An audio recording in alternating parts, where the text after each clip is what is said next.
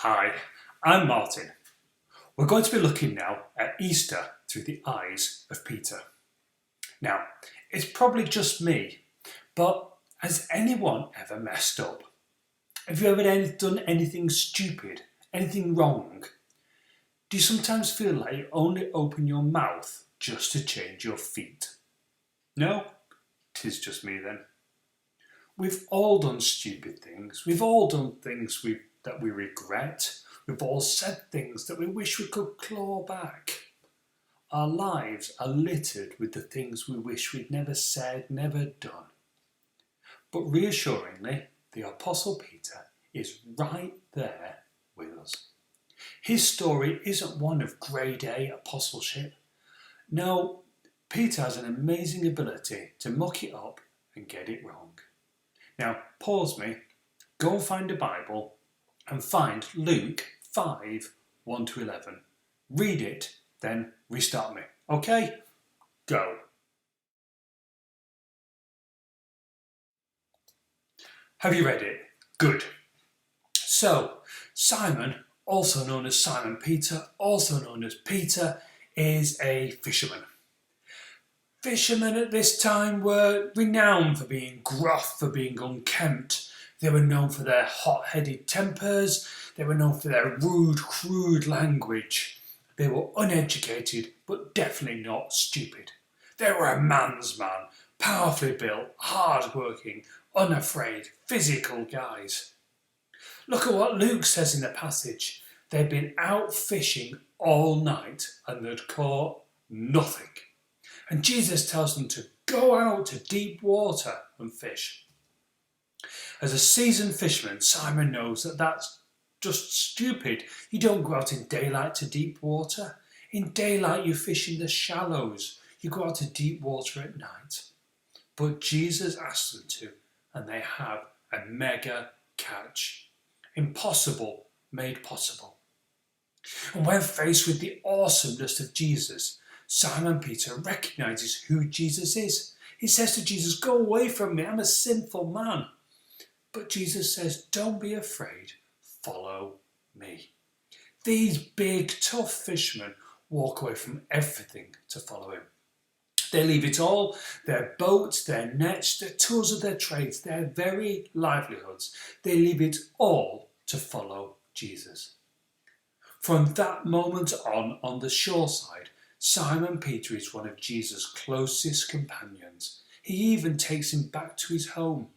He's often the spokesman for the group and he's there all the time with Jesus.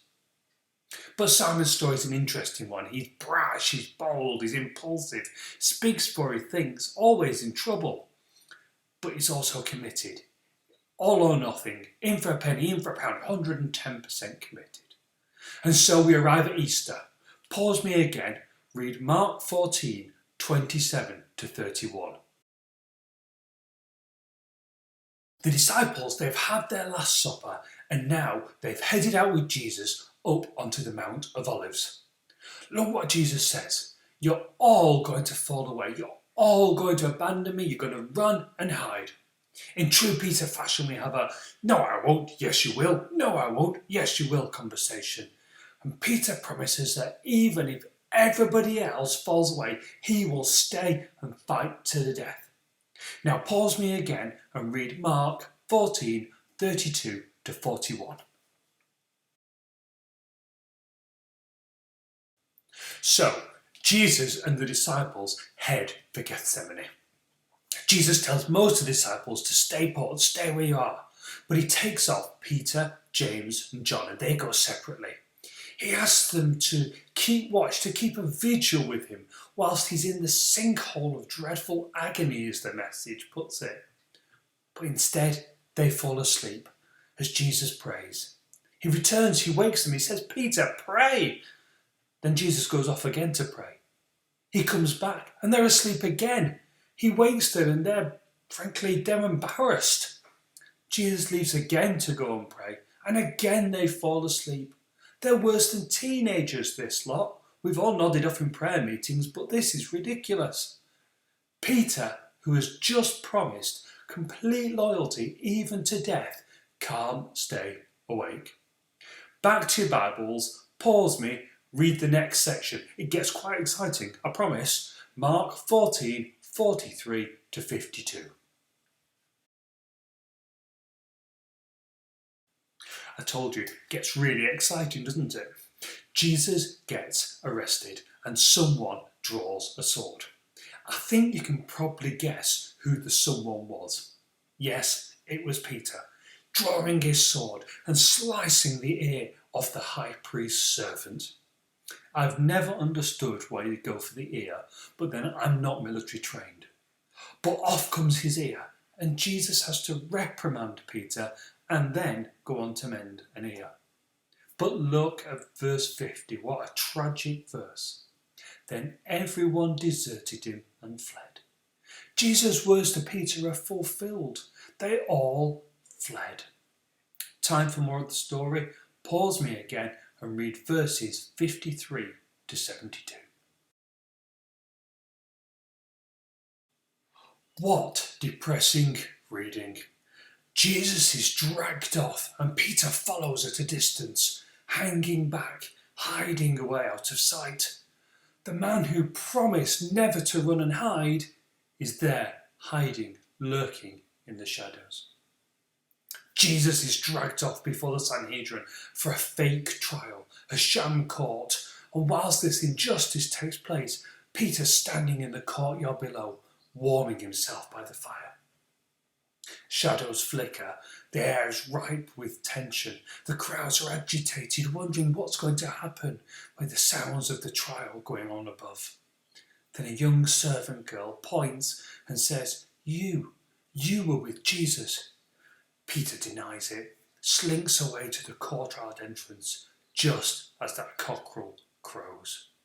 She sees him again. He's definitely one of them, she says. No, I don't know what you're talking about. Peter's getting nervous now. Then someone else pipes up. Yes, you're definitely one of them. You've got a Galilean accent.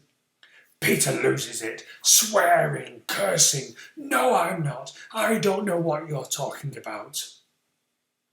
Then the cockerel crows the second time, and Peter remembers. He remembers Jesus' words, You shall deny me. How must Peter have felt? Does he want to take those words and stuff them back in again? Peter goes outside and weeps bitterly. What a contrast. Inside the Sanhedrin, Jesus is suffering a fake trial, false accusations, false testimonies, but he remains calm. Peter, feet away in the courtyard, is correctly accused. He has truthful witnesses, but he's not calm, he's not silent. Instead, he's cursing, shouting, lying before weeping. Not just shedding a tear, but gut-wrenching weeping, while Jesus is led away to the cross. It'd be really easy to leave Peter's story there, to define Peter by his failure. And lots of us do just that. We define ourselves by what we have and what we haven't done. It'd be easy to look at Peter's lists of achievements, the good, the bad, and then weigh them up to define his faith from that. We can stack up the good stuff he did against the bad stuff he did, decide if Peter was someone who was a successful Christian or someone who let Jesus down. So often we define ourselves by our sins and our accomplishments, whether we're good enough, whether we tip the balance on the scales of good and bad, whether we're on high or low ranking in our Christian life. But thankfully, we aren't defined by our failures. Our identity is in not what we've done, not in the good, in the bad. Instead, our identity is as a child of God through Jesus. The salvation means that we don't end Peter's story there. We don't end our stories there either.